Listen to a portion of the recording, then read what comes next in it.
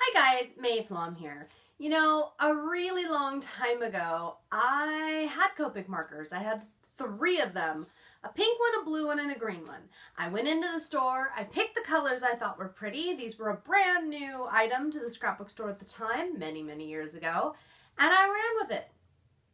I think you can guess that didn't go so well because the Copic markers are very much a specialty item, and it's not something where you could just, most craft things, you know, I can just buy one and run with it and get its full potential.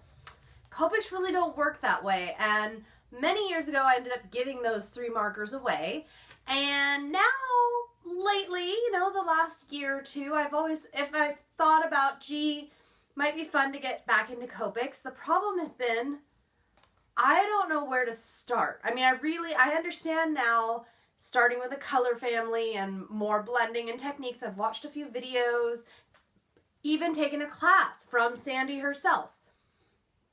But where do I really go with this? So, very, very excited when my friend Sandy emailed me and was talking to me about her Hex Chart. Now, the deal with this is she has organized this visually, not by number. It's a visual organization chart. And what is so amazing about this is for someone like me who has tried to get in but just gives up even trying to figure out what color to purchase in the first place, this is going to help me so much. This is going to really assist with figuring out what colors do I want, but also eliminating a lot of excess.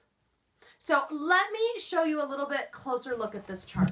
Real quick, I just want to show you that this is a hand-colored chart done by Sandy. She was kind enough to make me up one so that I could really see exactly what colors I'm getting, but also so that I could compare for you how it looks online versus printed versus hand-colored.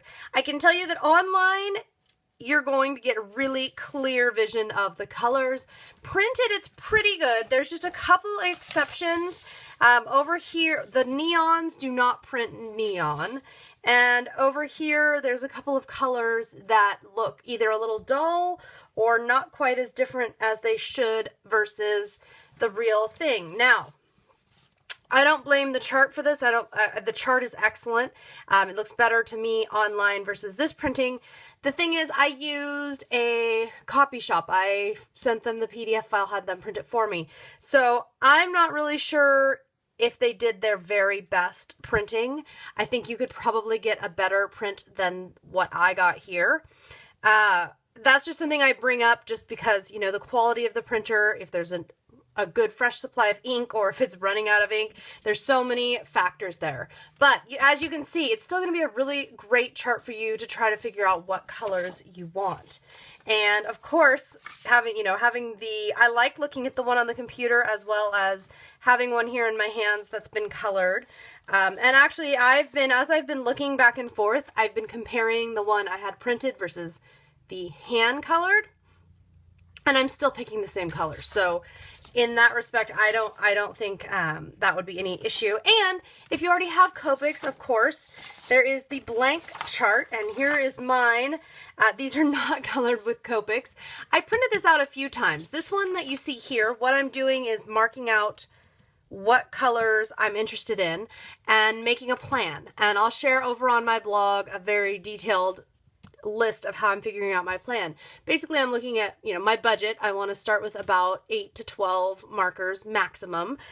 And I'm figuring out, okay, these are the colors that speak to me most, and then I'll narrow down, okay, these 3 are all really close. I should probably get rid of this middle one, or these, of these 3, I can have one, something like that. I will narrow it back down.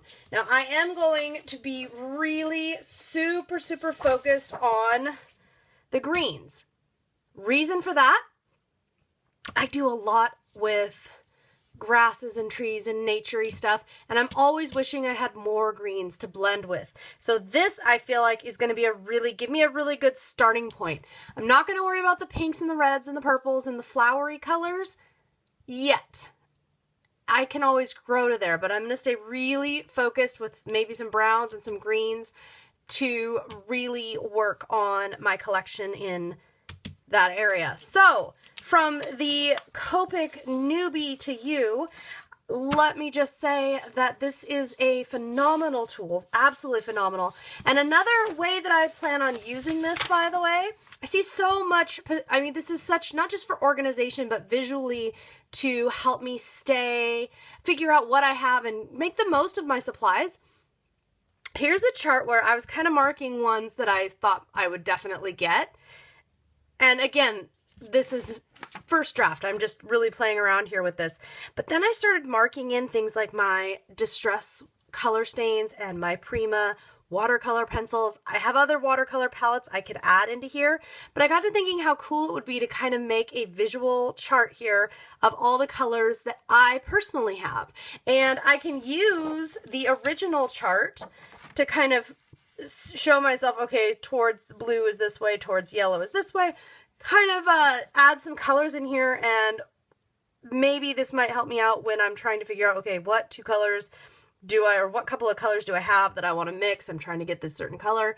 This might be good for me for all of my sheer color mediums. If you have any questions about this chart, my process in trying to figure out what in the world Copics I'm going to start with, or anything whatsoever, feel free to leave me a comment. I'll see you next time.